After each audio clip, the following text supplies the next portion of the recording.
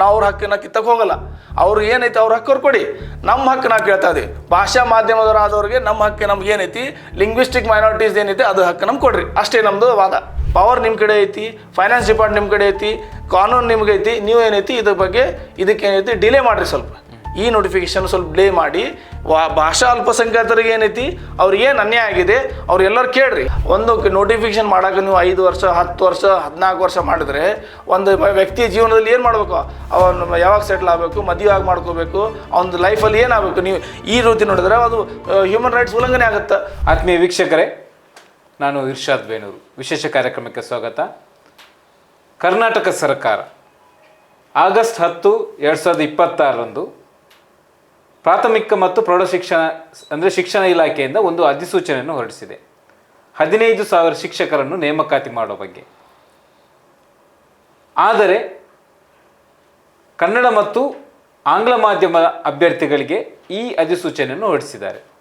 ಆದರೆ ಈ ಅಧಿಸೂಚನೆಯ ಬಳಿಕ ಅಂದರೆ ಈ ಅಧಿಸೂಚನೆಯಲ್ಲಿ ಹಲವಾರು ಲೋಪಗಳಿವೆ ಅಂತ ಉರ್ದು ಮತ್ತು ಮರಾಠಿ, ಮಲಯಾಳಂ, ತಮಿಳು, ತೆಲುಗು ಭಾಷಾ ಅಲ್ಪಸಂಖ್ಯಾತ ಅಭ್ಯರ್ಥಿಗಳು ಅಂದರೆ ಶಿಕ್ಷಕ ಅಭ್ಯರ್ಥಿಗಳು ಇದರಲ್ಲಿ ಲೋಪ ಇದೆ, ನಮ್ಮನ್ನು ಇದನ್ನು ಕಡೆಗಣಿಸಲಾಗಿದೆ ಅಂತ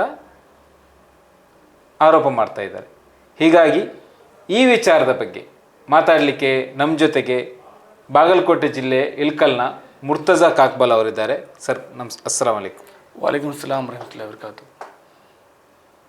ಅವರನ್ನು ಪರಿಚಯ ಮಾಡೋದಕ್ಕೆ ಮುಂಚೆ ಅವರು ಈ ಅಧಿಸೂಚನೆ ಬಗ್ಗೆ ಅವರು ನಮಗೆ ಮಾಹಿತಿ ಕೊಡ್ತಾರೆ. ಅದ್ರ ಜೊತೆಗೆ ಅವ್ರ ಜೊತೆ ಏನೆಲ್ಲ ಸಮಸ್ಯೆ ಫೇಸ್ ಮಾಡ್ತಾ ಇದ್ದಾರೆ, ಈ ಅಧಿಸೂಚನೆಯಿಂದ ಅವರಿಗೆ ಏನು ಆತಂಕ ಆಗಿದೆ ಅನ್ನೋದನ್ನು ನಾನು ಮಾತಾಡ್ತಾ ಹೋಗ್ತೀನಿ. ಸರ್, ಈ ಅಧಿಸೂಚನೆ ಫಸ್ಟ್ ಈ ಅಧಿಸೂಚನೆ ಬಗ್ಗೆ ಹೇಳಿ. ಸರ್, ಇದೇನು ಅಧಿಸೂಚನೆ ಜಾರಿ ಮಾಡಲಾಗಿದೆ ಕರ್ನಾಟಕ ಸರ್ಕಾರದಿಂದ, ಶಿಕ್ಷಣ ಇಲಾಖೆಯಿಂದ 2000 ಆಗಸ್ಟ್ 10, 2022ರಂದು 26 ಇದರಿಗೆ ವೆಲ್ಕಮ್ ಮಾಡ್ತೀವಿ ನಾವು. ಏಕೆಂದರೆ ಇನ್ನುವರೆಗೆ ಬಹಳಷ್ಟು ವರ್ಷಗಳಿಂದ ಶಿಕ್ಷಕ ಆಕಾಂಕ್ಷಿಗಳು ತಮ್ಮ ಶಿಕ್ಷಕ ಟ್ರೈನಿಂಗನ್ನು ಮುಗಿಸಿ ಕಾಲ್ಫಾರ್ಮಲ್ಲಿ ವೇಟ್ ಮಾಡ್ಕೊತ ಇರ್ತಾ ಇದ್ದರು. ಅದರಲ್ಲಿ ಈ ಸರ್ಕಾರಿ ಉದ್ಯೋಗಕ್ಕೆ ಸೇರಲಿಕ್ಕೆ ವೇಟ್ ಮಾಡ್ತಾ ಇದ್ದರು. ಇದೊಂದು ನೋಟಿಫಿಕೇಶನ್ ವೆಲ್ಕಮ್.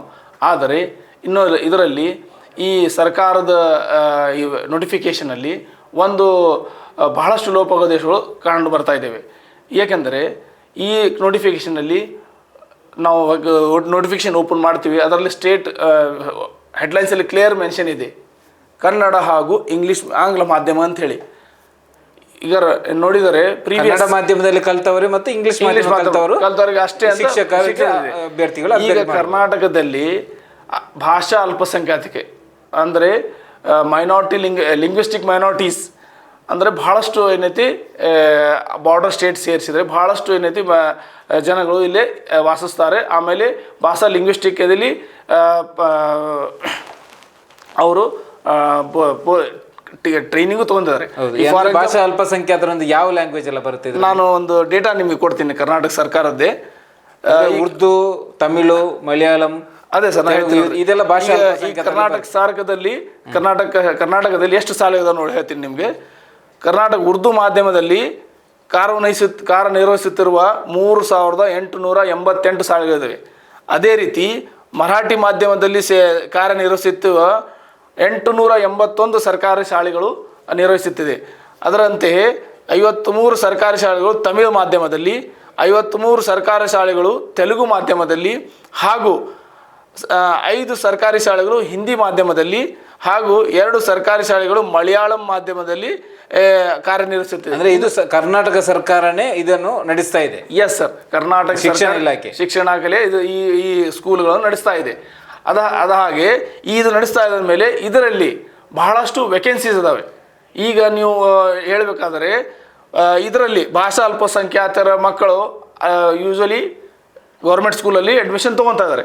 ಅಲ್ಲಿ ವೇಕೆನ್ಸೀಸ್ ಬಹಳ ವರ್ಷಗಳಿಂದ ವೇಕೆನ್ಸಿ ತುಂಬಲಾಗಿಲ್ಲ. ಅಂದರೆ ಹೆಡ್ ಮಾಸ್ಟ್ರು, ನಾರ್ಮಲ್ ಟೀಚರ್ಸ್ ಎಲ್ಲ ಬಾಕಿ ಇದೆ ವೇಕೆನ್ಸಿ. ಎಸ್ ಸರ್, ಎಲ್ಲ ಭಾಷೆಗಳು ಎಲ್ಲ ಸಬ್ಜೆಕ್ಟ್ ವೈಸ್ ಏನೈತಿ ಪೋಸ್ಟ್ ಇದೆ. ಈಗ ನೀವು ಹೆಡ್ ಮಾಸ್ಟರ್ ಹೇಳಿದ್ರೆ ಹೆಡ್ ಮಾಸ್ಟರ್ ಇದೆ, ಅಸಿಸ್ಟೆಂಟ್ ಮಾಸ್ಟರ್ ಇದೆ. ಅಸಿಸ್ಟೆಂಟ್ ಮಾಸ್ಟರಲ್ಲಿ ನಿಮಗೆ ನೀವು ಅಗರ್ primary school teacher 1 to 5th ಅಗರ್ ಕ್ಯಾಟಗರಿಯಲ್ಲಿ ನೋಡಿದರೆ ಅಲ್ಲಿ ಸಾಮಾನ್ಯ ಟೀಚರ್ ಅಂತೇಳಿ ಪಾಯಿಂಟ್ ಮಾಡ್ತಾ ಇರುತ್ತೆ ಸರ್ಕಾರ. ಅಲ್ಲೇನೆ ಬಹಳಷ್ಟು ಪೋಸ್ಟು ವೇಕೆಂಟ್ ಅದಾವೆ. ಆಮೇಲೆ ಇನ್ನೊಂದು ಅಂದ್ರೆ ಸರ್ಕಾರ ಇನ್ನೂ ಅಪಾಯಿಂಟ್ಮೆಂಟ್ ಮಾಡಲಿಲ್ಲ ಅವ್ರಿಗೆ ಅಲ್ಲಿ ಇನ್ನ ಆಲ್ರೆಡಿ ವೇಕೆನ್ಸೀಸ್ ಬಹಳಷ್ಟು ಇವೆ. ಆದರೆ ಇದರಲ್ಲಿ ಈ ಕಾಲ್ಫಾರ್ಮ್ ಏನಾಗಿದೆ ಅದರಲ್ಲಿ ಭಾಷಾ ಅಲ್ಪಸಂಖ್ಯಾತರಿಗೆ ಟೋಟಲಿ ಕಡೆಗಣಿಸಲಾಗಿದೆ. ಅಂದ್ರೆ ಈ ಅಧಿಸೂಚನೆಯಲ್ಲಿ ಅಂದ್ರೆ ನೀವು ಹೇಳ್ತಾ ಇರೋದು ಉರ್ದು, ಮರಾಠಿ, ತಮಿಳು, ತೆಲುಗು, ಮಲಯಾಳಂ ಯಾರೆಲ್ಲ ಅಭ್ಯರ್ಥಿಗಳಿದ್ದಾರೆ ಅವರನ್ನು ಕಡೆಗಣಿಸಿ, ಅಂದ್ರೆ ಅವರಿಗೆ ಅಪ್ಲೈ ಮಾಡ್ಲಿಕ್ಕೆ ಅವಕಾಶನೇ ಇಲ್ಲ. ಅವ್ರಿಗೇನು ಇದಕ್ಕೆ ಮುಂಚೆಗೆ ಏನೇನು ರಿಕ್ವೈರ್ಮೆಂಟ್ ಆಗಿದ್ದೀರಿ ಅದರಲ್ಲಿ ಬಹಳ ಕ್ಲಿಯರ್ ಆಗಿ ಮೆನ್ಷನ್ ಆಗ್ತಿತ್ತು. ಯಾವಾಗ ನೋಟಿಫಿಕೇಶನ್ ಬಂದ್ಕೊಳ್ಳಿ ಆ ನೋಟಿಫಿಕೇಶನ್ ಅಲ್ಲಿ ಭಾಷಾ ಅಲ್ಪಸಂಖ್ಯಾತ ಕ್ಯಾಟಗರಿ ವೈಸ್ ಏನಿದೆ ಉರ್ದು ಮಾಧ್ಯಮ, ತೆಲುಗು ಕ್ಲಿಯರ್ ಆಗಿ ಮೆನ್ಷನ್ ಇಷ್ಟು ಈ ಡಿಸ್ಟಿಕ್ ಅಲ್ಲಿ ಇಷ್ಟು ತಾಲೂಕಲ್ಲಿ ಇಷ್ಟು ಪೋಸ್ಟ್ ಇದಾವೆ ಅಂತ ಹೇಳಿ ಕ್ಲಿಯರ್ ಆಗಿ ಮೆನ್ಷನ್ ಆಗ್ತಿತ್ತು. ಈ ನೋಟಿಫಿಕೇಶನ್ ಅಲ್ಲಿ ಅಂತ ಯಾವುದು ಏನೈತಿ ಮೆನ್ಷನ್ ಮಾಡಿಲ್ಲ ಸರ್ಕಾರದವರು. ಎಷ್ಟು ಮಂದಿ ಅಭ್ಯರ್ಥಿಗಳು ಅಂದ್ರೆ ಈ ಸಮಸ್ಯೆಯಿಂದ ಎಷ್ಟು ಮಂದಿ ಅಂದಾಜು ಎಷ್ಟು ಅಭ್ಯರ್ಥಿಗಳಿರ್ಬೋದು? ಅಂದಾಜು ಹೇಳ್ಬೇಕಂದ್ರೆ ಈಗ ನೀವು ಇದರ ಮೇಲೆ ಲೆಕ್ಕ ಹಾಕ್ಬೋದು ನೋಡಿ. ಅಂದ್ರೆ ಈಗ ನೀವು ಒಬ್ಬ ಅಭ್ಯರ್ಥಿ, ನಿಮ್ ತರನೇ ಎಷ್ಟೊಂದು ಲಕ್ಷಾಂತರ ಮಂದಿ ಇದ್ದಾರೆ ಕರ್ನಾಟಕದಲ್ಲಿ ಕ್ಯಾಂಡಿಡೇಟ್ಸ್. ಈಗ ನಾವು ನಿಮ್ಗೆ ಹೇಳ್ಬೇಕಂದ್ರೆ ಅಂದಾಜು ಒಂದು ಅಪ್ರಾಕ್ಸ್ ನಮ್ಗೆ ಹೇಳ್ತೀನಿ ನಿಮ್ಗೆ. ಉರ್ದು ಮೀಡಿಯಂದಲ್ಲಿ ಅಪ್ರಾಕ್ಸ್ ಅಲ್ಲಿ ಒಂದು 15 to 20,000 ಐತಿ ಡಿ.ಎಡ್ ಕ್ಲಿಯರ್ ಮಾಡಿದ್ರು ಅದಾರೆ. ಡಿ.ಎಡ್ ಅದೇ 1 to 5th ಅಪ್ಲೈ ಮಾಡಿ ಕಲ್ತು ಕುಂತಿದ್ದಾರೆ. ಈಗ ಅದೇ ಹಾಗೆ ನೀವು ಬಿ.ಎಡ್ BSc ಅದಾಗ್ಲಿ BA ಆಗ್ಲಿ B.Ed ಕಲ್ತದವ್ರು ಏನೈತಿ ಅವ್ರದ್ದು ಸಂಖ್ಯೆ ಏನು ಅರೌಂಡ್ 50,000 ಪ್ಲಸ್ ಅನ್ನು ಹೋಗುತ್ತೆ. ಅದೇ ಹಾಗೆ ನೀವು ಹೈಸ್ಕೂಲ್ ಟೀಚರ್ ಅವ್ರು ನೋಡಿದ್ರೆ ಇಟ್ ಇನ್ಕ್ಲೂಡ್ಸ್ BSc B.Ed ಅದು MSc B.Ed ಅವರು ಒಂದು 5 to 10,000 ಅವ್ರದ್ದು ಏನೈತಿ ಅಪ್ರಾಕ್ಸ್ ಇದೆ. ಸೊ ಇಂಥದ್ರಲ್ಲಿ ಏನು ನೋಟಿಫಿಕೇಶನ್ ಆಗಿದೆ, ಈ ನೋಟಿಫಿಕೇಶನ್ ಅಲ್ಲಿ ಡೈರೆಕ್ಟ್ ಅವರು ಏನೈತಿ ಏನು ಕಾಲ್ಫಾರ್ಮ್ ಮಾಡಿದ್ದಾರೆ ಅದರಲ್ಲಿ PSTR ಪ್ರೈಮರಿ ಸ್ಕೂಲ್ ಟೀಚರ್ ಏನಾಗಿದೆ 1 to 5th ಅಲ್ಲಿ ಅದರಲ್ಲಿ ಒಂದು ಇದು ಕೊಟ್ಟಿದ್ದಾರೆ. ಅವರು ಪೋಸ್ಟ್ ಮೆನ್ಷನ್ ಮಾಡಿದ್ದಾರೆ. ಅದರಲ್ಲಿ ರೆಸ್ಟ್ ಆಫ್ ಕರ್ನಾಟಕ ಅಂದರೆ ಹೈದರಾಬಾದ್ ಕರ್ನಾಟಕ, ಕಲ್ಯಾಣ ಕರ್ನಾಟಕ ಹೊರತುಪಡಿಸಿ ರೆಸ್ಟ್ ಆಫ್ ಕರ್ನಾಟಕದಲ್ಲಿ 100 ಸೀಟ್ ಕರೆದಿದ್ದಾರೆ. ಅದೇ ಹಾಗೆ ಕಲ್ಯಾಣ ಕರ್ನಾಟಕದಲ್ಲಿ 800 ಸೀಟನ್ನು ಕಾಲ್ಫಾರ್ಮ್ ಮಾಡಲಾಗಿದೆ. ಓಕೆ, ಈಗ ನಾನು ಕೇಳ್ತಿರೋದು ಈಗ ಈ ಅಧಿಸೂಚನೆಯಲ್ಲಿ ಈಗ ನೀವೇನಾದರೂ ಸಂಬಂಧಪಟ್ಟ ಅಧಿಕಾರಿಗಳನ್ನು ಅಥವಾ ಮತ್ತೆ ಶಿಕ್ಷಣ ಸಚಿವರನ್ನು ಮಧು ಬಂಗಾರಪ್ಪ ಅವರನ್ನು ಅಥವಾ ಮುಖ್ಯಮಂತ್ರಿಗಳನ್ನು ಅಂದರೆ ಅವರ ಗಮನಕ್ಕೆ ಏನಾದರೂ ಈ ನೋಟಿಫಿಕೇಶನ್ ಏನು ಮಾಡಬೇಕು ಅಂತ ಅಂದರೆ ಈಗ ತಿದ್ದುಪಡಿ ಮಾಡಬೇಕಾ, ನೀವು ವೆಲ್ಕಮ್ ಮಾಡ್ತೀರಾ? ನಾನು ಫಸ್ಟಿಗೆ ಹೇಳ್ತಿರೋದು ಈ ಅಧಿಸೂಚನೆ ತುಂಬ ವರ್ಷಗಳ ನಂತರ ಬಂದಿದೆ, ಅದನ್ನು ನೀವು ವೆಲ್ಕಮ್ ಮಾಡ್ತೀರಾ ಅಥವಾ ಅದನ್ನು ಹೋಲ್ಡಲ್ಲಿ ಇಡಬೇಕು ಅಂತ ಹೇಳ್ತೀರಾ? ಇದಕ್ಕೆ ಪಾರ್ಷಿಯಲಿ ವೆಲ್ಕಮ್ ಮಾಡ್ತೀನಿ ಸರ್ ನಾನು. ಏಕೆಂದರೆ ಇದರಲ್ಲಿ ಅನ್ಯಾಯ ಆಗಿದೆ. ನಾವು ಆಸ್ ಅ ಸರ್ಕಾರ, ನೀವು ಸರ್ಕಾರ ಅಂದರೆ ಎಲ್ಲ ಜನಾಂಗಕ್ಕೆ ಎಲ್ಲ ಸರ್ವ ಜನಾಂಗ ಏನೈತಿ ನೀವು ಸರ್ಕಾರ ಎಲ್ಲರಿಗೂ ನೀವು ಎಲ್ಲರ ಬಗ್ಗೆ ವಿಚಾರ ಮಾಡಿ ಎಲ್ಲರ ಬಗ್ಗೆನೂ ನೀವು ವಿಚಾರ ಮಾಡಬೇಕಾಗುತ್ತೆ. ಇದೆ ನಿನ್ನೆ ಸ್ವಾತಂತ್ರ್ಯ ದಿನದ ಭಾಷಣದಲ್ಲೂ ಕೂಡ ಮುಖ್ಯಮಂತ್ರಿ DK ಶಿವಕುಮಾರ್ ಇದೇ ಮಾತನ್ನು ಹೇಳಿದ್ದಾರೆ, ಸರ್ವ ಜನಾಂಗರಿಗೂ ಸರ್ವ ನ್ಯಾಯವನ್ನು ಕೊಡ್ತೀವಿ ಅಂತ. ಎಸ್ ಸರ್, ಈ ಪಾಯಿಂಟಲ್ಲಿ ನಾವು ಅವ್ರಿಗೆ ರಿಕ್ವೆಸ್ಟ್ ಇದೇ ಮಾಡ್ತೀವಿ. ಈ ಮಾಧ್ಯಮದಿಂದ ಆ ಪಾಯಿಂಟ್ ಅವ್ರು ಏನು ಮೆನ್ಷನ್ ಮಾಡಿದ್ದಾರೆ ನಿನ್ನೆ ಸ್ವಾತಂತ್ರ್ಯ ಭಾಷಣದಲ್ಲಿ ಅದಕ್ಕೆ ಬದ್ಧವಾಗಿರಲಿ ಅಂತೇಳಿ ನಾವು ಅವ್ರಿಗೆ ರಿಕ್ವೆಸ್ಟ್ ಮಾಡ್ಕೊತೀವಿ. ಈ ಪಾಯಿಂಟಲ್ಲಿ ನೋಡಿದರೆ ನಮ್ಮ ಭಾಷಾ ಅಲ್ಪಸಂಖ್ಯಾತರು ಎಷ್ಟು ಮಂದಿ ಅದಾರ ಅವರು ಡೇಟಾ ಅವ್ರು ಕಲೆಕ್ಟ್ ಮಾಡ್ಕೊಂಡು ಅವ್ರ ಡೇಟಾ ಅವ್ರ ತಡೆ ಆಲ್ರೆಡಿ ಡೇಟಾ ಇರುತ್ತೆ. ಅವರು ಇಂಟೆನ್ಷನ್ ಮಾಡ್ಯಾರ ಇದು ನಮಗೆ ಸ್ಪಷ್ಟ ಆಗ್ತಾ ಇಲ್ಲ. ಇನ್ನವರಿಗೆ ಏನೇನು ನೋಟಿಫಿಕೇಶನ್ ಆಗ್ಯಾವೋ ಅದರಲ್ಲಿ ಭಾಷಾ ಅಲ್ಪಸಂಖ್ಯಾತರ ಇನ್ಕ್ಲೂಡ್ ಮಾಡಲಾಗ್ತಿತ್ತು. ಆದರೆ ಈ ನೋಟಿಫಿಕೇಶನಲ್ಲಿ ಟೋಟಲಿ ಕಡೆಗಣಿಸಲಾಗಿದೆ. ಈಗ ನಾವು ಅನ್ಅಫಿಷಿಯಲ್ ಮಾತು ಅಂತ ಹೇಳಿದ್ರೆ ಹಿಂಗೆ ಮಾತುಗಳು ಮಾರ್ಕೆಟಲ್ಲಿ ಏನು ಕೇಳಿ ಬರ್ತಾ ಇದ್ದಾವೆ ಅಂದರೆ ಇದು ಜಸ್ಟ್ ಏನೈತಿ ಬೈಲಿಂಗ್ವಲ್ ಮೆಥಡನ್ನು ಅಪ್ಲೈ ಮಾಡ್ತಾ ಇದ್ದಾರೆ. ಆಮೇಲೆ ಇನ್ನೊಂದು KPS ಮಾಡೆಲ್ ಆಫ್ ಸ್ಕೂಲ್ ಅನ್ನು ಗೌರ್ಮೆಂಟ್ ತರೋದು ಪ್ಲಾನ್ ಮಾಡ್ತಾ ಇದ್ದಾರೆ. ಕರ್ನಾಟಕ ಪಬ್ಲಿಕ್ ಸ್ಕೂಲ್ ಮಾಡೆಲ್ ತರಬೇಕಂತೇಳಿ ಪ್ರಯತ್ನ ಮಾಡ್ತಾ ಇದ್ದಾರೆ.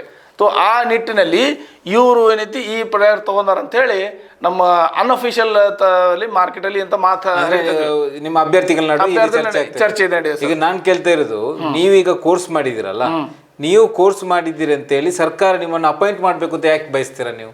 ಈಗ ಕೋರ್ಸ್ ಮಾಡಕ್ಕೆ ಅಪ್ಲೈ ಇದು ಕರೆದವ್ರು ಯಾರು? ಸರ್ಕಾರನೇ. ಓಕೆ. ನಾವು ಆ ಸರ್ಕಾರ ನಮ್ಗೆ ಈ ಪೋಸ್ಟಿಗೆ ಬೇಕಾಗುತ್ತೆ ಅಂತೇಳಿ ಕಾಲ್ಫಾರ್ಮ್ ಮಾಡಲಾಗಿದೆ. ಅದೇ ಆ ರೀತಿಯಿಂದ ನಾವು ಕೋರ್ಸ್ ಮಾಡೀವಿ. ಈ ಕೋರ್ಸ್ ಮುಗಿಸಿ ಈಗ ನೀವು ಇನ್ನೊಂದು ಇಂಪಾರ್ಟೆಂಟ್ ಪಾಯಿಂಟ್ ಏನು ಹೇಳ್ಬೇಕಂದ್ರೆ, ಕೋರ್ಸ್ ಮುಗಿದವರು ಈಗ near about they are finish their age, ವಯೋಮಿತಿಯನ್ನು ಮುಗಿಸಕ್ಕೆ ಸಮೀಪ ಬಂದಿದ್ದಾರೆ. ಬಾರ್ ಆಗುತ್ತೆ, ಅಪ್ಲೈ ಮಾಡಲಿಕ್ಕೆ ಸೂಟ್ ಆಗಲ್ಲ ಅವ್ರ ಅಭ್ಯರ್ಥಿಗಳು ಅಂತ. ಈಗ ಇದರ ಕೋವಿಡ್ ಒಂದು ಸಮಸ್ಯೆ ಆಯ್ತು, ಅಲ್ಲವರೆ 3 to 4 years ಹೋಗ್ಬಿಡ್ತು. ಅಲ್ಲಿ ಅಂದ್ರೆ ಟೋಟಲಿ ಯಾವುದೇ ಡಿಪಾರ್ಟ್ಮೆಂಟ್ ಕಾಲ್ಫಾರ್ಮ್ ಆಗಿಲ್ಲ. ಹಾಗಾಗಿ ಸಮಸ್ಯೆ ಏನಾಗಿತ್ತು ಅಂದ್ರೆ ವಯೋಮಿತಿಯನ್ನು ಎಕ್ಸ್ಟೆಂಡ್ ಮಾಡಬೇಕು. ಸ್ಪೆಷಲಿ ನಿಮ್ಮದು ರಿಕ್ವೆಸ್ಟ್, ಇದು ಸ್ಪೆಷಲ್ ರಿಕ್ವೆಸ್ಟ್. ಹಾಗೆ ಮ್ಯಾಥ್ಸ್ ಟೀಚರ್ ಅನ್ನು ಟೋಟಲಿ ಕಡೆಗಣಿಸಲಾಗಿದೆ. ಆ ಪೋಸ್ಟ್ ಮ್ಯಾಥ್ಸ್ ಟೀಚರ್ ವಿಚಾರ ಕೂಡ ಒಂದು ಪತ್ರಿಕೆಯಲ್ಲೂ ಬಂದದ್ದು ನೋಡಿದೆ ಸರ್. ಈ ಮ್ಯಾಥ್ಸ್ ಟೀಚರ್ಗಳು ಅವರು ಏನಾದ್ರು ಈ ತರ ನಮ್ದು ಕಾಲ್ ಫಾರ್ ಮಾಡಿ ಅಂತ ಏನೋ ರಿಕ್ವೆಸ್ಟ್ ಮಾಡ್ತಾ ಇದ್ದಾರೆ ಸರ್. ಈಗ ಈ ವಿದ್ಯಮಾನ ನೋಡಿದರೆ ಅವರು ಎಟ್ ಪ್ರೆಸೆಂಟ್ ಈಗ ಬಹಳಷ್ಟು ಮಂದಿ ಏನೈತಿ ಬೆಂಗಳೂರಲ್ಲಿ ಚಲೋ ಬೆಂಗಳೂರು ಅಂತ ಹೇಳಿ ಒಂದು ಅಭಿಯಾನ ಶುರು ಮಾಡಿದ್ದಾರೆ. ತಮ್ಮ ಲೋಕಲ್ ವಾಟ್ಸಪ್ ಗ್ರೂಪ್ ಅಲ್ಲಿ ಸೋಷಿಯಲ್ ಮೀಡಿಯಾದಲ್ಲಿ ಮಾಡಿ ರಾಜಧಾನಿ ನಮ್ಮ ಬೇಡಿಕೆಯನ್ನು ಬೇಡಿಕೆಯನ್ನು ಇಡ್ತಾ ಇದ್ದಾರೆ. ಈ ನಿಟ್ಟಿನಲ್ಲಿ ಈಗ ಎಲ್ಲರೂ ಬಹಳಷ್ಟು ಮಂದಿ ಏನೈತಿ ನಾಳೆ ಅಥವಾ ನಾಡ್ದ ಸೋಮವಾರ ಮತ್ತು ಮಂಗಳವಾರ ಏನೈತಿ ಬಂದು ವಿಧಾನಸಭಾ ಮುಂದೆ ಮುತ್ತಿಗೆ ಹಾಕೋ ಪ್ಲಾನ್ ಮಾಡ್ತಾ ಇದ್ದಾರೆ, ಅಥವಾ ಫ್ರೀಡಮ್ ಪಾರ್ಕ್ ಅಲ್ಲಿ ಏನೈತಿ ಪ್ರೊಟೆಸ್ಟ್ ಪ್ಲಾನ್ ಮಾಡ್ತಾ ಇದ್ದಾರೆ. ಅಂದ್ರೆ ತಮ್ಮ ಬೇಡಿಕೆಯನ್ನು ಸರ್ಕಾರ ಪರಿಗಣಿಸಬೇಕು ಅಂತ. Yes sir. ಓಕೆ. ಈಗ ನಾನು ಕೇಳ್ತಿರೋದು, ಈಗ 15,000 ಪೋಸ್ಟು ಕಾಲ್ ಫಾರ್ ಮಾಡಿರೋದು 15,000 ಅಂದ್ರೆ ಕನ್ನಡ ಮತ್ತು ಇಂಗ್ಲಿಷ್ ಮಾಧ್ಯಮದಲ್ಲಿ ಕಲಿತ ಅಭ್ಯರ್ಥಿಗಳಿಗೆ ಅಪ್ಲೈ. Right sir. ಈಗ ಈಗ ಕನ್ನಡ ಮಾಧ್ಯಮದ ಈಗ ಒಂದು ಎಕ್ಸಾಂಪಲ್, ಒಂದು ಉರ್ದು ಸ್ಕೂಲಿಗೆ ಈ ಕನ್ನಡ ಮಾಧ್ಯಮದಲ್ಲಿ ಕಲಿತವರನ್ನು ಹಾಕಿದ್ರೆ ಅವರಿಗೆ ಒಂಥರ ಅನ್ಯಾಯ ಅಂತ ಅನಿಸಲ್ವ ಅದು? Definitely sir, very good point ನೀವು ರೇಸ್ ಮಾಡಿದ್ರಿ. ಈಗ ನೋಡಿದ್ರೆ ನಾನು as a Urdu medium aspirant ಹೇಳ್ತೀನಿ. ನಾನು ನಂದು ವಿದ್ಯಾಭ್ಯಾಸ 1ನೇದಿಂದ 10ನೇ ತರಗತಿವರೆಗೆ ಉರ್ದು ಮಾಧ್ಯಮದಲ್ಲಿ ಓದಿದ್ದೀನಿ, ಮಾತೃಭಾಷೆಯಲ್ಲಿ ಓದಿದ್ದೀನಿ. ನನಗೆ ಸೆಕೆಂಡ್ ಲ್ಯಾಂಗ್ವೇಜ್ ಕನ್ನಡನೂ ಇದೆ. ಓಕೆ.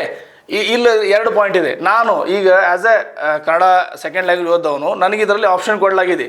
ಏನು, ನೀವು ಸೆಕೆಂಡ್ ಲ್ಯಾಂಗ್ವೇಜ್ ಕನ್ನಡ ಇದೆ, ನೀವು ಅಪ್ಲೈ ಮಾಡ್ಬೋದು ಅಂತೇಳಿ. ಈಗ ಫಾರ್ ಎಕ್ಸಾಂಪಲ್ ನಾವು ಅಸ್ಯೂಮ್ ಮಾಡೋಣ, ನಾನು ಈಗ ಅಪ್ಲೈ ಮಾಡ್ತೀನಿ ಅಂತೇಳಿ. ನಾಳೆ ನಾನು ಈ ಪೋಸ್ಟಲ್ಲಿ ನಾನು ಕ್ವಾಲಿಫೈಡ್, ಕ್ವಾಲಿಫೈಡ್ ಆಗಿ ನನಗೆ ಜಾಬ್ ಸಿಕ್ಕರೆ ನಾನು ಯಾವ ಸ್ಕೂಲ್ಗೆ ಹೋಗ್ತೀನಿ, ಆ ಸ್ಕೂಲಲ್ಲಿ ನಾನು ಯಾವ ಮಕ್ಕಳಿಗೆ ಬೋಧಿಸ್ಬೇಕಲ್ಲ, ಆ ಮಕ್ಕಳಿಗೆ ನಾ ಯಾವ ಲ್ಯಾಂಗ್ವೇಜಲ್ಲಿ ಬೋಧಿಸ್ಬೇಕು? ಕನ್ನಡ. ನಂದು ಮದರ್ ಟಂಗ್ ಲ್ಯಾಂಗ್ವೇಜ್ ಉರ್ದು. ಅದೇ ಹಾತಿ ಮರಾಠಿ, ಹಿಂದಿ, ಆಮೇಲೆ ತೆಲುಗು, ತಮಿಳು ಅವರು ಏನು ಮಾಧ್ಯಮ ಅವ್ರದ್ದು ಕಲಿತಿದ್ದಾರೆ. Medium of instruction is most important sir. ನೀವು ಸೆಕೆಂಡ್ ಮಾತೃಭಾಷೆಯಲ್ಲಿ ಯಾವುದನ್ನು ಕಲ್ತಿದ್ದಾರೆ ಅದಕ್ಕೆ ಫಸ್ಟ್ ಪ್ರಿಫರೆನ್ಸ್ ಕೊಡಬೇಕು ಅಂತ. Right sir. ಈಗ ಮಕ್ಕಳಿಗೆ ಯಾವ ತರ ಅನ್ಯಾಯ ಆಗುತ್ತೆ ಅದು ನೀವು ಅಲ್ಲಿ ಹೋದ್ರೆ? ಈಗ ಸರ್ ಅಂದ್ರೆ ಎಫೆಕ್ಟಿವ್ ಆಗಿ ಏನು ಆ ಥರ ಏನಾದ್ರು ನಿಮ್ದು? It is a common sense sir. ಹೆಂಗೆ ಹೇಳ್ತಾರೆ, ನಾನು ಮೀಡಿಯಮ್ ಆಫ್ ಇನ್ಸ್ಟ್ರಕ್ಷನ್ ನನ್ನ ಮದರ್ ಟಂಗಲ್ಲಿ ಕಲ್ತಾರೆ, ನನ್ನ ಮದರ್ ಟಂಗಲ್ಲಿ ನಾನು ಟೀಚ್ ಮಾಡೋಕ್ಕೆ ನನಗೆ ಈಸಿ ಆಗುತ್ತೆ. ಆ ಸ್ಟೂಡೆಂಟ್ ಜೊತೆ ನ್ಯಾಯ ಮಾಡ್ಬೋದು. ಮಕ್ಕಳಿಗೆ ನೀವು ಕಲಿಸುವಂತ ಪಾಠ ಅವರಿಗೆ ಏನ್ ಬೇಕೋ ಅಷ್ಟೇ ಕ್ಲಿಯರ್ ಆಗಿ ಇನ್ಸ್ಟ್ರಕ್ಷನ್ ಕೊಡ್ಬೋದು. Right sir. ಈಗ ನನಗೆ ಬರುತ್ತೆ, ಕನ್ನಡನೂ ಬರುತ್ತೋ, ನಾನು ಇಂಗ್ಲೀಷ್ ಕಲಿತೇನು ಮಾಡ್ಬೋದು. ಆದರೆ medium of English is very important. ನಾನು ಯಾವ ಭಾಷೆಯಲ್ಲಿ ನನ್ನ ಮದರ್ ಟಂಗಲ್ಲಿ ನಾನು ಕಲ್ತಿದ್ದೀನಿ ಅದ್ರ ಜೊತೆ ನ್ಯಾಯ ಮಾಡಬೇಕಾದ್ರೆ ಅದೇ ಶಾಲೆಯಲ್ಲಿ ಹೋಗಿ ಅದೇ ಶಾಲೆಯಲ್ಲಿ ಬೋಧನೆ ಮಾಡಬೇಕು. In case if I studied in Kannada or English, ಆ ಮೀಡಿಯಮಲ್ಲಿ ನಾನು ಮೀಡಿಯಮ್ ಆಫ್ ಇಂಗ್ಲೀಷ್ ಇದ್ದರೆ ನಾನು ಅದಕ್ಕೆ ಎಲಿಜಿಬಲ್ ಆಗಿ ನಾನು ಅದಕ್ಕೆ ಜೊತೆ ನ್ಯಾಯ ಮಾಡ್ಬೋದಿತ್ತು. ಅವ್ರ ಜೊತೆ ನನ್ನ ರಿಕ್ವೆಸ್ಟ್ ಇಷ್ಟೇ, ಯಾವ ಭಾಷಾ ಅಲ್ಪಸಂಖ್ಯಾತದರ ಎಲ್ಲರೂ, ತೆಲುಗು, ತಮಿಳು, ಹಿಂದಿ, ಮಲಯಾಳಂ, ಕೊಂಕಣಿನೂ ಇದೆ, ಮರಾಠಿ, ಈ ಎಲ್ಲರೂ ಏನೈತಿ ಆ ಭಾಷಾ ಅಲ್ಪಸಂಖ್ಯಾತರನ್ನು ದಯವಿಟ್ಟು ಕಡೆಗಣಿಸಬೇಡ್ರಿ. ಇನ್ನೊಂದು ಮಾತು ಹೇಳಕ್ಕೆ ಇಷ್ಟಪಡ್ತೀನಿ. ಈಗ ನಾವು ಆ್ಯಸ್ ಇವ್ರೇನು ಆಪ್ಷನ್ ಕೊಟ್ಟಿದ್ದಾರೆ ಕನ್ನಡ ಆಗಿ ನೀವು ಅಪ್ಲೈ ಮಾಡ್ಬೋದು ಅಂಥೇಳಿ, ಇದು ಕನ್ನಡ ಮಾಧ್ಯಮ ಸ್ಕೂಲು, ಕನ್ನಡ ಮಾಧ್ಯಮ ಆಸ್ಪಿರೆಂಟ್ಸು, ಕನ್ನಡ ಮಾಧ್ಯಮ ಸ್ಟೂಡೆಂಟ್ಸ್ ಜೊತೆ ಅನ್ಯಾಯ ಆಗುತ್ತೆ. ಏಕೆಂದ್ರೆ ಹೇಳ್ರಿ, ಅವರು ಕನ್ನಡ ಮಾಧ್ಯಮದವ್ರು ಕಲ್ತವರು ಅವರು ಭಾಳಷ್ಟು ಸಂಖ್ಯೆಯಲ್ಲಿ ಭಾಳ ಮಂದಿ ಇದ್ದಾರೆ. ಈಗ ಶಾಲೆಯಲ್ಲಿ ನಾನು ನಿಮಗೆ ಒಂದು ಡೇಟಾ ಕೊಟ್ಟಿದ್ದೆ, 41,735 ಶಾಲೆ ಏನೈತಿ ಸರ್ಕಾರಿ ಶಾಲೆಗಳು ನಡೀತಾ ಇದೆ ಕನ್ನಡ. ಅದರಲ್ಲಿ ಆಸ್ಪಿರೆಂಟ್ಸು ಲ್ಯಾಕ್ಸ್ ಟುಗೆದರ್ ಇದ್ದಾರೆ. ಈಗ ನಾವು ಅವರೇ they are competing for their post. ನಾವು as a aspirant I can feel is feeling. ಅವ್ರು ಕನ್ನಡ ಮೀಡಿಯಮ್ ಆದರೂ ಅವ್ರಿಗೆ ಅಂದ್ರೆ ನೀವು ಅವರ ಹಕ್ಕನ್ನು ನೀವು ಕಿತ್ತೋಗಕ್ಕೆ ನಮ್ಗೆ ಮನಸ್ಸಿಲ್ಲ. ನಾವು ಅವ್ರ ಹಕ್ಕನ್ನ ಕಿತ್ತಕ್ಕೆ ಹೋಗಲ್ಲ. ಅವ್ರು ಏನೈತಿ ಅವ್ರ ಹಕ್ಕವ್ರು ಕೊಡಿ, ನಮ್ಮ ಹಕ್ಕು ನಾವು ಕೇಳ್ತಾ ಇದ್ದೀವಿ. ಭಾಷಾ ಮಾಧ್ಯಮದವರಾದವ್ರಿಗೆ ನಮ್ಮ ಹಕ್ಕು ನಮ್ಗೆ ಏನೈತಿ, ಲಿಂಗ್ವಿಸ್ಟಿಕ್ ಮೈನಾರಿಟೀಸ್ ಏನೈತಿ ಅದು ಹಕ್ಕು ನಮ್ಗೆ ಕೊಡ್ರಿ, ಅಷ್ಟೇ ನಮ್ದು ವಾದ. ಓಕೆ. ಈಗ ಮಾತೃಭಾಷೆ ಕಲಿಕೆದು ತುಂಬಾ ಚರ್ಚಾ ವಿಷಯ.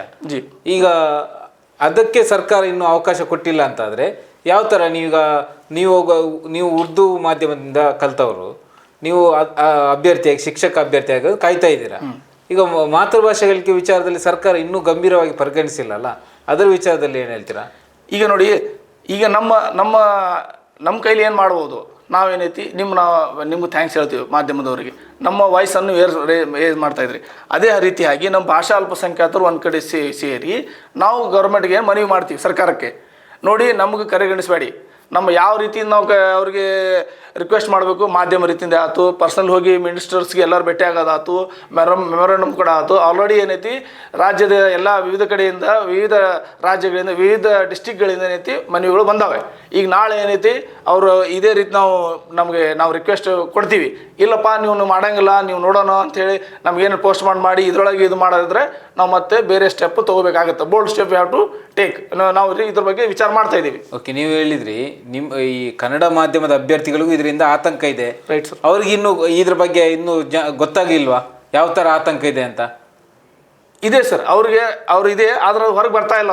ಅವ್ರು ಏನೈತಿ, ಅವ್ರನ್ನ ಈ ಮಾಧ್ಯಮ ಪ್ರಕಾರ ಅವ್ರಿಗೆ ರಿಕ್ವೆಸ್ಟ್ ಮಾಡ್ಕೊತೀನಿ, ಆ್ಯಸ್ ಎ ಕನ್ನಡ ಮೀಡಿಯಮ್ ಆಗಿ ನೀವು ಏನೈತಿ ನಿಮ್ಮ ಹಕ್ಕು ನೀವು ಉಳಿಸ್ಕೋರಿ. ನಿಮ್ಮ ಏನೈತಿ ಸರ್ಕಾರದ ಅವ್ರಿಗೆ ಗೊತ್ತಾಗ್ತಾ ಇಲ್ಲ ನಿಮ್ಮ ಹಕ್ಕನ್ನು. It's A trap, it seems it's A trap. ನಾವು ಏನೈತಿ ಇದ್ರ ಬಗ್ಗೆ ನಿಮ್ಗೆ ರಿಕ್ವೆಸ್ಟ್ ಏನು ಮಾಡ್ತೀವಿ ಅಂದ್ರೆ, ಇದ್ರ ಬಗ್ಗೆ ನೀವು ವಿಚಾರ ಮಾಡಿರಿ. ಈಗ ಆ್ಯಸ್ ನಾವು ಉರ್ದು ಮೀಡಿಯಮ್ ನಮ್ಮ ಆಗಲಿ ಅಥವಾ ಭಾಷಾ ಲಿಂಗ್ವಿಸ್ಟಿಕ್ ಯಾರು ಅದಾರಲ್ಲ ಅವರೆಲ್ಲರೂ ನಾವು ಈಗ ಅಪ್ಲೈ ಮಾಡಿದರೆ ಕನ್ನಡ ಮೀಡಿಯಮ್ ನಮ್ಮ ಸೆಕೆಂಡ್ ಲ್ಯಾಂಗ್ವೇಜ್ ಇದೆ ಕನ್ನಡ, ವಿ ಆರ್ ಎಲಿಜಿಬಲ್. ಈಗ ಮಾಡಿದ್ರೆ ನಿಮ್ಮ ಜೊತೆ ಅನ್ಯಾಯ ಆಗತ್ತದು. ಆಮೇಲೆ ನಮ್ಮ ಭಾಷಾ ಅಲ್ಪಸಂಖ್ಯಾತ ಮಕ್ಕಳು ಅದಾರಲ್ಲ ಅವ್ರ ಜೊತೆ ಅನ್ಯಾಯ ಆಗುತ್ತೆ. ಅವ್ರಿಗೆ ಏನೈತಿ ಎಲಿಜಿಬಲ್ ಕ್ಯಾಂಡಿಡೇಟ್ ಅಂತ ಸಿಗಲ್ಲ. ಈಗ ಫಾರ್ ಎಕ್ಸಾಂಪಲ್ ನಾವು ಅಲ್ಲಿ ಹೋದರೆ ಅವ್ರಿಗೂ ಅನ್ಯಾಯ, ಇಲ್ಲಿ ನಮ್ಮ ಮಕ್ಕಳು ಏನೈತಿ ಅದು ಅವ್ರಿಗೂ ಅನ್ಯಾಯ ಆಗುತ್ತೆ. ಓಕೆ, ಅಂದರೆ ನಿಮ್ಮ ಬೇಡಿಕೆ ಪ್ರಕಾರ ಸರ್ಕಾರದ ಈ ಅಧಿಸೂಚನೆ ಏನಿದೆ 15,000 ಶಿಕ್ಷಕರದು, ಅದು ತಡೆ ಹಿಡಿಬಾರ್ದು, ಅದಕ್ಕೇನಾದರೂ ಆಲ್ಟರ್ನೇಟಿವ್ ಅದರ ಜೊತೆಗೆ ಎಡಿಟ್ ಮಾಡಬೇಕು ಅಂತ ಕೇಳ್ತಾ ಇದ್ದೀರಾ ಅಥವಾ ಬೇರೆ ಏನಾದರೂ? ಇಲ್ಲ ಅಂದ್ರೆ ಸ್ಟಾಪ್ ಮಾಡಿ ಬೇರೆ ಹೊಸ ಇಲ್ಲ, ತಡೆಯೋ ಸ್ಟೇ ಎಲ್ಲ ಮಾಡೋದು ಏನಿದೆ, ಸ್ಟೇ ಮಾಡಿದ್ರೆ ಏನಾಗುತ್ತೆ, ಈಗ ಆಲ್ರೆಡಿ ಬಹಳಷ್ಟು ನಾವು ಆಸ್ಪಿರೆಂಟ್ಸು ಕಾಯ್ತಾ ಇದ್ದೀವಿ. ಈಗ ಸ್ಟಡಿ ಮಾಡಿದ್ರೆ ಈಗ ಮತ್ತೇನೈತಿ, ಇದು ಮತ್ತೆ ಯಾವಾಗ ಸ್ಟೇ ಮಾಡೋದಕ್ಕೆ ನಾವು ಅದಕ್ಕೆ ಇದೇ ಇಲ್ಲ, ನಮ್ಮ ಸಮ್ಮತಿ ಇಲ್ಲ. ಸ್ಟೇ ಮಾಡಬೇಡ್ರಿ, ನಿಮ್ಮದೇ ಸರ್ಕಾರ ನಿಮ್ಮದೇ ಇದೆ, ಪವರ್ ನಿಮ್ಮ ಕಡೆ ಐತಿ, ಫೈನಾನ್ಸ್ ಡಿಪಾರ್ಟ್ಮೆಂಟ್ ನಿಮ್ಮ ಕಡೆ ಐತಿ, ಕಾನೂನು ನಿಮ್ಗೆ ಐತಿ. ನೀವು ಏನೈತಿ ಇದ್ರ ಬಗ್ಗೆ ಇದಕ್ಕೇನೈತಿ ಡಿಲೇ ಮಾಡಿರಿ, ಸ್ವಲ್ಪ ಈ ನೋಟಿಫಿಕೇಶನ್ ಸ್ವಲ್ಪ ಡಿಲೇ ಮಾಡಿ. ಭಾಷಾ ಅಲ್ಪಸಂಖ್ಯಾತರಿಗೆ ಏನೈತಿ ಅವ್ರಿಗೇನು ಅನ್ಯಾಯ ಆಗಿದೆ ಅವ್ರೆಲ್ಲರೂ ಕೇಳ್ರಿ. ಈಗ ಆಸ್ಪಿರೆಂಟ್ಸ್ ಬರ್ತಾ ಇದ್ದಾರೆ ಎಲ್ಲ ಜಿಲ್ಲೆಗಳಿಂದಲೂ, ನಿಮ್ಗೆ ಏನೈತಿ ಡೇಟಾ ರಿಕ್ವೆಸ್ಟ್ ಬರ್ತಾ ಇದೆ, ನಿಮ್ಮ ಕಡೆ ಡೇಟಾ ಇದೆ, ನೀವು ಕುಂತು ಏನೈತಿ ಅದ್ರ ಬಗ್ಗೆ ಡಿಸ್ಕಸ್ ಮಾಡಿ ಎಲ್ಲಿ ನಾವು ಏನೈತಿ ಎಲ್ಲರಿಗೂ ಏನು ಮಾಡ್ಬೋದು, ಎಲ್ಲರಿಗೂ ಏನೈತಿ ಅವ್ರ ನ್ಯಾಯಬದ್ಧವಾಗಿ ಅವ್ರು ಏನು ಕೊಡ್ಬೋದು ಅದು ನೀವು ಡಿಸೈಡ್ ಮಾಡಿ ಇದೊಂದು ಮುಂದೆ ಡಿಲೇ ಮಾಡ್ಕೊಂಡು ಆ್ಯಡ್ ಮಾಡ್ಕೊಂಡು ಮಾಡ್ರಲ್ಲ, ಎದಕ್ಕೆ ಆಗಲ್ಲ. ಓಕೆ, ಸರ್ಕಾರ ಈಗ ಕೆಲವರು ಕೋರ್ಟಿಗೆ ಹೋಗೋ ವಿಚಾರ ಮಾತಾಡ್ತಿದ್ದಾರೆ, ನಾವು ಕೋರ್ಟಿಗೆ ಹೋಗಿ ಇದನ್ನು ಸ್ಟೇ ತರುತ್ತೇವೆ ಅಂತ. ಈಗ ಒಂದು ವೇಳೆ ಕೋರ್ಟ್ ಸ್ಟೇ ಕೊಟ್ಟರೆ ಏನಾಗುತ್ತೆ? ಈ ಅಧಿಸೂಚನೆ ಸ್ಟೇ ಕೊಟ್ಟರೆ ಡೆಫಿನೆಟ್ಲಿ ಸ್ಟೇ ಆಗುತ್ತದೆ. ಕೋರ್ಟ್ಗೆ ಹೋದ್ರೆ ಏನೈತಿ, ಈ ಭಾಷೆ ಆಲ್ರೆಡಿ ಈಗ ವಿವಿಧ ರಾಜ್ಯದ ವಿವಿಧ ಡಿಸ್ಟಿಕಲ್ಲಿ ಮಾತು ಕೇಳ್ತಾ ಬರ್ತಾ ಇದೆ. ಭಾಳ ಮಂದಿ ಏನೈತಿ ಗ್ರೂಪ್ಸಲ್ಲಿ ಡಿಸ್ಕಸ್ ಮಾಡ್ತಾ ಇದ್ದಾರೆ, ನಾವು ಇದಕ್ಕೆ ಸ್ಟೇ ತರ್ತೀವಿ ಅಂಥೇಳಿ. ಸೋಮವಾರ ಅಥವಾ ಮಂಗಳವಾರ ಏನೈತೆ ಅವರು ಸ್ಟೇ ತರ್ತಾರೆ, ಅಪ್ಲೈ ಮಾಡ್ತಾರೆ, ಬಿಡಂಗಿಲ್ಲ ಅವರು. ನಾನು ಒಂದು ಗ್ರೂಪಲ್ಲಿ ಹಂಗೆ ನೋಡ್ತಾ ಇದ್ದೆ ಸೋಷಿಯಲ್ ಮೀಡಿಯಾದಲ್ಲಿ, ಅವ್ರು ದೇ ಆರ್ ಕಲೆಕ್ಟಿಂಗ್ ಮನಿ ಅಂದ್ರೆ to file a stay.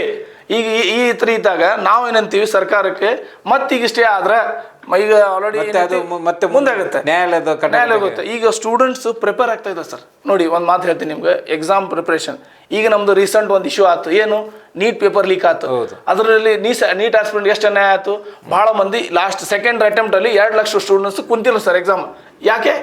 Mental ಏನೈತಿ ಒಂದು ಮೈಂಡ್ ಸೆಟ್ ಇರುತ್ತೆ. ಆಲ್ರೆಡಿ 20 ಜನ ಸೂಸೈಡ್ ಮಾಡಿದವ್ರದ್ದು ಬೇರೆ, 2 ಲಕ್ಷ ಜನ ಕೂತಾರೆ ಸೆಕೆಂಡ್ ಅಟೆಂಪ್ಟಲ್ಲಿ ಕುಂತಿಲ್ಲ ಸರ್ ಅವರು. ಈಗ ನಮ್ಮ ರಿಕ್ವೆಸ್ಟ್ ಇಷ್ಟೇ, ನಾವೇನೈತಿ ಡಿಲೇ ಇದಕ್ಕೆ ಡಿಲೇ ಮಾಡಿರಿ, ಡಿಸಿಷನ್ ತಗೋರಿ. ಯಾಕೆ ಹೇಳ್ತಾ ಇದ್ದೀನಿ ಅಂದರೆ, ಸ್ಟೂಡೆಂಟ್ಸು ಲಾಸ್ಟ್ 6 ಮಂತಿಂದ ಭಾಳ 6 ಮಂತ್ 1 ಇಯರ್ ತನಕ ಪ್ರಿಪೇರ್ ಮಾಡ್ತಾ ಇದ್ದಾರೆ, ಕಾಯ್ತಾ ಇದ್ರೆ ನೋಟಿಫಿಕೇಶನ್ ಬರ್ತದೆ. ಮತ್ತೆ ಇದರಲ್ಲಿ ಗೆಸ್ಟ್ ಟೀಚರ್ ಆಗಿ ವರ್ಕ್ ಮಾಡ್ತಾ ಇದ್ದಾರೆ ಸರ್ ಅವರು. ಅವ್ರ ಲೈಫ್ ಸೆಟ್ಲ್ ಇಲ್ಲ, ಮದುವೆ ಏನೈತಿ ಇವ್ರ ಜಾಬ್ ಸಿಗುತ್ತಂತ ಹೇಳಿ ಮದುವೆ ಕೊಟ್ಟರು, ಅವರು ತ್ರಾಸದಾರ ಇದಾರೆ. ಇಂಥ ಭಾಳಷ್ಟು ಅನೇಕ ಸಮಸ್ಯೆ ಇದಾವೆ ಸರ್. ಒಬ್ಬೊಬ್ಬ ಹಾಸ್ಪಿಟಲ್ ಒಂದೊಂದು ಸಮಸ್ಯೆ ಇದೆ, ಒಬ್ಬೊಬ್ಬ ಅಭ್ಯರ್ಥಿದು ಒಂದೊಂದು ಸಮಸ್ಯೆ ಇದೆ. ಆ ರೀತಿ ನಮ್ಮ ರಿಕ್ವೆಸ್ಟ್ ಇಷ್ಟೇ, ದಯವಿಟ್ಟು ಇವ್ರ ಜೀವನ ಜೊತೆ ಚೆಲ್ಲಾಟ ಆಡಬೇಡ್ರಿ. ನಿಮ್ಮ ಕಡೆ ಡೇಟಾ ಇದೆ, ನಿಮ್ಮ ಕಡೆ ಎಲ್ಲ ಇದೆ, ಬೇಕಾದ್ರೆ ನಾವು ಏನೈತಿ ಇದಕ್ಕೇನೈತಿ ಯಾವ ರೀತಿ ನಮ್ದು ಏನೇ ಸಪೋರ್ಟ್ ಐತಿ ನಾವು ಮಾಡ್ತೀವಿ.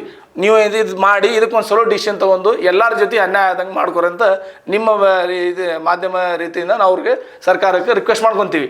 ಓಕೆ, ಅಂದರೆ ಈಗ ನೀವು ಕೇಳ್ತಾ ಇರೋದು ಸರ್ಕಾರ ಈಗ ಏನು 15,000 ಶಿಕ್ಷಕರ ನೋಟಿಫಿಕೇಶನ್ ಕೊಟ್ಟಿದೆ ಶಿಕ್ಷಣ ಇಲಾಖೆಯಿಂದ, ಅದು ಸ್ಟೇ ತರುವುದು ಬೇಡ, ಅದಕ್ಕೆ ಅಡಿಷನಲ್ ಆಗಿ ಅಥವಾ ತಿದ್ದುಪಡಿ ಮಾಡಿ ನಮ್ಮ ಬೇಡಿಕೆ ಏನಿದೆ, ಒಂದು ಏಜ್ ರಿಲ್ಯಾಕ್ಸೇಷನು, ಇನ್ನೊಂದು ಭಾಷಾ ಅಲ್ಪಸಂಖ್ಯಾತರನ್ನು ಸೇರಿಸಬೇಕು, ಮತ್ತು ಮ್ಯಾಥ್ಸ್ ಟೀಚರ್ ಬೇರೆ ಸಬ್ಜೆಕ್ಟ್ ಏನಾದರೂ ಇದೆಯಾ?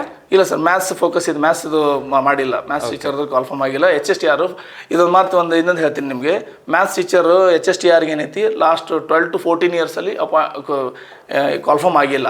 ಆಮೇಲೆ ಇನ್ನೊಂದು ನಿಮಗೆ ಇನ್ನೊಂದು ಹೇಳ್ಬೇಕಂದ್ರೆ 9 ಇಯರ್ಸ್ದು ಬಳಿಕ ಏನೈತಿ PSTR ಕಾಲ್ಫಾರ್ಮ್ ಆಗ್ತಾ ಇದೆ. ಇನ್ ಬಿಟ್ವೀನ್ ಏನಾಗಿದೆ GPTR ಗ್ರಾಜುಯೇಟ್ ಪ್ರೈಮರಿ ಟೀಚರ್ದು ಅವ್ರು ಕಾಲ್ಫಾರ್ಮ್ ಆಗಿದೆ, 3 to 4 times ಆಗಿದೆ, ಅದು ವೆಲ್ಕಮ್ ಮಾಡ್ತೀವಿ. ಆದರೆ PSTR ಪ್ರೈಮರಿ ಟೀಚರ್ 1/5 ಅವ್ರಿಗೆ ವೆಲ್ಕಮ್ ಆಗಿಲ್ಲ, ಅವ್ರಿಗೆ ಕಾಲ್ಫಾರ್ಮ್ ಆಗಿಲ್ಲ. ಆಮೇಲೆ HSTR ಅವ್ರಿಗಂತೂ 12 to 14 ಇಯರ್ಸ್ ಆಯ್ತು ಸರ್, ಈಗ ಕಾಲ್ಫಾರ್ಮ್ ಆಗ್ತಾ ಇದೆ. ಓಕೆ, ಮತ್ತೊಂದು ಕೆಲವೊಂದು ಅಭ್ಯರ್ಥಿಗಳು ನಮ್ಗೆ ಹೇಳ್ತಾ ಇದ್ರು, ಇದು ಮಾನವ ಹಕ್ಕುಗಳ ಉಲ್ಲಂಘನೆ, ಇದು ಮಕ್ಕಳ ಹಕ್ಕುಗಳ ಉಲ್ಲಂಘನೆ ಅಂತ. ಅದು ಯಾವ ಥರ ಈ ಅಧಿಸೂಚನೆಗೂ ಅದಕ್ಕೇನು ಸಂಬಂಧ ಸರ್? ಇದು ಫೇಸ್ ಆಫ್ ದಿ ಇದು ನೋಟಿಫಿಕೇಶನ್ ನಿಮ್ಗಿಲ್ಲೇ ಗೊತ್ತಾಗುತ್ತೆ. ಈ ಆಸ್ಪಿರೆಂಟ್ಸ್ ನೋಡ್ರಿ ನೀವು, ಈ ಆಸ್ಪಿರೆಂಟ್ಸಲ್ಲಿ ಎಷ್ಟು ಆಕಾಂಕ್ಷಿಗಳಿದ್ದಾರೆ. ಈಗ ಒಂದು ಗೌರ್ಮೆಂಟ್ ನೌಕರಿಯಿಂದ ಭಾಳ ಎಲ್ಲರಿಗೂ ಆಸೆ ಏನಪ್ಪ ಅಂದ್ರೆ ಗೌರ್ಮೆಂಟ್ ನೌಕರಿ ತೊಗೊಂಡ್ರೆ ಅವ್ನ ಲೈಫ್ ವಿಲ್ ಬಿ ಸೆಟಲ್. ಆ ರೀತಿಯಿಂದ ಒಬ್ಬ ಸ್ಟೂಡೆಂಟು ಆ್ಯಸ್ ಎ ಸ್ಟೂಡೆಂಟು ನಾವು ಸ್ಟಡಿ ಮಾಡ್ಕೊಂಡು ಗೌರ್ಮೆಂಟಲ್ಲಿ ಹೋಗಿರ್ತೀವಿ, ಶಿಕ್ಷಕ ಆಕಾಂಕ್ಷಿಯಾಗಿ ಒಂದೇನೈತಿ ಚಲೋ ಐತಿ, ಒಂದು ಸಮಾಜನ ಬಿಲ್ಟ್ ಮಾಡ್ಬೇಕಂತ ಮಾಡಿರ್ತೀವಿ.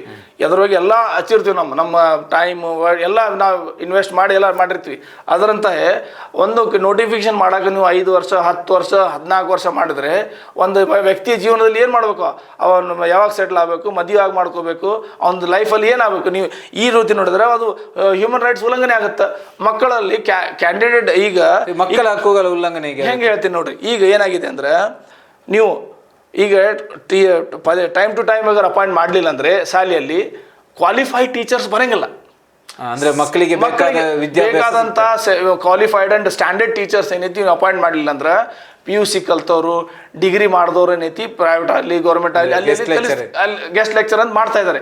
They are not eligible, they are not taken the professional course. ಅಂಥವ್ರು ಏನೈತಿ ಟೀಚ್ ಮಾಡಿದ್ರೆ ನೀವು ಏನೈತಿ ಬೇಕಾದಂಥ ರಿಸಲ್ಟ್ ಏನೈತಿ ಸಿಗಲ್ಲ, ಆ ಮಕ್ಕಳ ಭವಿಷ್ಯದಲ್ಲಿ ಅನ್ಯಾಯ ಆಗುತ್ತೆ. ಓಕೆ, ಸರ್ಕಾರ ಹೇಳ್ತಾ ಇದೆ ಕೆಲವೊಂದು ಉತ್ತರ ಎಸ್ಪೆಷಲಿ ಕಲ್ಯಾಣ ಕರ್ನಾಟಕ ಭಾಗದಲ್ಲಿ SLCಯಲ್ಲಿ 100% ಬರ್ತಾ ಇಲ್ಲ, ಪ್ರಯತ್ನ ಮಾಡ್ತಾ ಇಲ್ಲ. ಈ ಸರ್ಕಾರನೇ ಇದು ಹಾಗಾದರೆ ಮಾಡ್ತಿರೋದಲ್ವಾ? ಎಸ್ ಸರ್, ನೋಡಿ ಒಂದು ಪಾಯಿಂಟ್ ಚಲೋ ಹೇಳಿದ್ರಿ ನೀವು. ಈಗ ಸರ್ಕಾರ ಇದು ಮಾಡ್ತಾ ಇದೆ ಅಂದಮೇಲೆ ಸರ್ಕಾರಕ್ಕೆ ಗೊತ್ತಿದೆಯಲ್ಲ, ಸರ್ಕಾರದಲ್ಲಿ ಡೇಟಾ ಇದೆಯಲ್ಲ, ಸರ್ಕಾರದಲ್ಲಿ ಎವ್ರಿಥಿ ಗೊತ್ತಾಗುತ್ತೆ ಎಷ್ಟು ಅಡ್ಮಿಷನ್ ಆಗ್ಯಾವ, ಎಷ್ಟು ಇದಾಗೈತೆ, ಎಷ್ಟು ಅಪಾಯಿಂಟ್ಮೆಂಟ್ ಟೀಚರ್ಸ್ ಅದಾವೆ. ಸರ್ ಟೀಚರ್ಸ್ ರಿಕ್ವೈರ್ಮೆಂಟ್ ಈಗ ನೀವು ಸದ್ಯ ಮಾಡಿದ್ರೆ 54,000 ಪೋಸ್ಟ್ ನಿಮಗೆ ವೇಕೆಂಟ್ ಸಿಗ್ತಾವೆ ಸರ್ ಕರ್ನಾಟಕದಲ್ಲಿ ಮಾತ್ರ. ನಿಮ್ಗೆ ಹೇಳ್ತಾ ಇದ್ದೀನಿ. ಮತ್ತು ಇದು ನೀವು ಪ್ರೈಮರಿ ಟೀಚರ್ಸು, ನೀವು ಹೈಸ್ಕೂಲು ಮತ್ತು ಕಾಲೇಜು ಡಿಗ್ರಿ ಕಾಲೇಜ್ ಹೋದರೆ ಮತ್ತು ಇನ್ನು ಅವ್ರದ್ದು ಏನೈತೆ ಅವ್ರದ್ದು ಭಾಳಷ್ಟು ಏನೈತಿ ರಿಕ್ವೈರ್ಮೆಂಟ್ಸ್ ಅದಾವೆ. ಯಾವುದೇ ಇದರಲ್ಲಿ ರಿಕ್ವೈರ್ಮೆಂಟು ಆಗ್ತಾ ಇಲ್ಲ ಸರ್. ರಿಕ್ರೂಟ್ಮೆಂಟ್ ಸರ್ಕಾರದಿಂದ ಯಾವುದೇ ನೋಟಿಫಿಕೇಶನ್ ಸರಿಯಾಗಿ ಬರ್ತಾ ಇಲ್ಲ. ಬಂದರೆ ಈ ಥರ ಸಮಸ್ಯೆ ಬಂದರೂ ಏನೈತಿ ಯಾ ರೇಷಿಯೋಲಿ ಬರಬೇಕು, ಯಾವ ರೇಷಿಯೋ ಪ್ರಪೋರ್ಷನಲ್ಲಿ ಬರಬೇಕು, ಆ ರೇಷಿಯೋಲಿ ಬರ್ತಾ ಇಲ್ಲ ಸರ್. ಓಕೆ, ಈಗ ಅಭ್ಯರ್ಥಿಗಳ ಕೊನೆಯ ಅಂದರೆ ಸರ್ಕಾರ ನಿಮ್ಮ ಬೇಡಿಕೆಯನ್ನು ಪರಿಗಣಿಸದಿದ್ದರೆ ಯಾವ ಸ್ಟೆಪ್ ಹೋಗ್ತೀರಾ? ಈಗಿದೆ ಸರ್. ಈಗ ನೋಡಿ, ನಮ್ಮ ಯಾವ ಕಾನೂನುಬದ್ಧವಾಗಿ ಏನೇನು ನಾವು ಮಾಡಬಹುದು. ಈಗ ನಿಮ್ಮ ಥ್ರೂ ಒಂದೇನು ಮೆಸೇಜ್ ನಾವು ಕಳಿಸ್ಬೇಕಂತ ಮಾಡೀವಿ, ಅದು ಮಾಡ್ತೀವಿ. ಆಮೇಲೆ ಶಾಸಕರು ಆಗಲಿ, MLCಗಳಾಗಲಿ, ಜನಪ್ರತಿನಿಧಿ ಆಗಲಿ, ಅವ್ರ ಜೊತೆ ಮಾತಾಡಿ ಅವ್ರಿಗೇನು ಮೆಮೊರಾಂಡಮ್ ಕೊಡಬೇಕು ಅಂದರೆ ವಿಧಾನಸಭೆಯಲ್ಲಿ ಈ ಬಗ್ಗೆ ಪ್ರಸ್ತಾಪ ಮಾಡ್ತೀವಿ. ಈಗ ಅಧಿವೇಶನ ಕೂಡ ಆಗ್ತಾ ಇದೆ ಸರ್. ನಾವು ಪ್ರೆಷರ್ ಮಾಡ್ತಾ ಇದ್ದೀವಿ ಸರ್. ಎಲ್ಲ ಇದು ಮಾಡಿದ ಮೇಲೂ ಇವ್ರು ನಮ್ಗೆ ಇದ್ರ ಬಗ್ಗೆ ಏನು ಮಾಡಲಿಲ್ಲ ಅಂದ್ರೆ ನಾವು ಮತ್ತೆ ನೆಕ್ಸ್ಟ್ ಸ್ಟೆಪ್ ತೊಗೋಬೇಕಾಗುತ್ತೆ, ಪ್ರೊಟೆಸ್ಟ್ ಮಾಡಬೇಕಾಗುತ್ತೆ. ಈಗ ನೀವು ಪ್ರೊಟೆಸ್ಟ್ ಮಾಡಲಿಲ್ಲ ಅಂದ್ರೆ ನಮ್ಮ ಹಕ್ಕಿಗೆ ನಾವು ಪ್ರೊಟೆಸ್ಟ್ ಮಾಡ್ತಾ ಇದ್ದೀವಿ. ನಾವೇನು ಅನ್ಯಾಯಯುತವಾಗಿ ಮಾಡ್ತಾ ಇಲ್ಲ, ನ್ಯಾಯಯುತವಾಗಿ ನಮ್ಮ ಏನೈತೆ ಹಕ್ಕೈತಿ ನಾವು ಅದು ಕೇಳ್ತಾ ಇದ್ದೀವಿ. ಮುರ್ತಜಾ ಅವರೇ, ಈಗ ನೀವೀಗ ಅಧಿಸೂಚನೆ ವಿಚಾರ ಇಡಿ, ಈಗ ಅಧಿಕೃತವಾಗಿ ಶಿಕ್ಷಣ ಇಲಾಖೆಯಿಂದ ಏನಾದರೂ ಇಷ್ಟು ವೇಕೆನ್ಸಿ ಖಾಲಿ ಇದೆ ಅಂತ ಏನಾದರೂ ಮಾಹಿತಿ ಇದೆಯಾ? ಎಷ್ಟು ವಿದ್ಯಾರ್ಥಿಗಳು ಉರ್ದು ಮಾಧ್ಯಮದಲ್ಲಿ, ಅಥವಾ ನೀವು ಈಗ ಉರ್ದು ಮಾಧ್ಯಮದವರಾಗಿ ಕೇಳ್ತಿರೋದು, ಎಷ್ಟು ಉರ್ದು ಮಾಧ್ಯಮದಲ್ಲಿ ಎಷ್ಟು ವಿದ್ಯಾರ್ಥಿಗಳು ಇದ್ದಾರೆ ಅಂತ? ಸರ್, ಒಂದು ಕರ್ನಾಟಕ ಸರ್ಕಾರದ ಒಂದು ಮಾಧ್ಯಮ ಇದು ಒಂದಿದೆ ಸರ್, ಒಂದು ಡೇಟಾ ಇದೆ, ನಾನು ನಿಮ್ಗೆ ಹೇಳ್ತೀನಿ ನೋಡಿ. ಹೇಳಿ. ಇದು PSTR primary school teacher recruitment PSTR ಪೋಸ್ಟಲ್ಲಿ 1 to 5th ಅಲ್ಲಿ ಬರೋ ಹುದ್ದೆಗಳು ಅಂದರೆ ಇದು ಸಾಲಿ ಎಷ್ಟು ಅದಾವೆ ಅಂದರೆ 1754 ಸಾಲಿ ಅದಾವೆ ಸರ್. 1754 ಸ್ಕೂಲ್ ಅದಾವೆ PSTR 1 to 5th ಸ್ಟ್ಯಾಂಡರ್ಡ್ಗೆ. ಓಕೆ. ಅದರಲ್ಲಿ ಸ್ಟೂಡೆಂಟ್ ಸ್ಟ್ರೆಂತ್ ಎಷ್ಟಿದೆ ಅಂದರೆ 1,69,000 857 ಸರ್. ಅಷ್ಟು ಸ್ಟೂಡೆಂಟ್ಸ್ ಈಗ ಕಲಿತಾ ಇದ್ದಾರೆ. ಸ್ಟೂಡೆಂಟ್ಸ್ ಕಲಿತಾ ಇದೆ.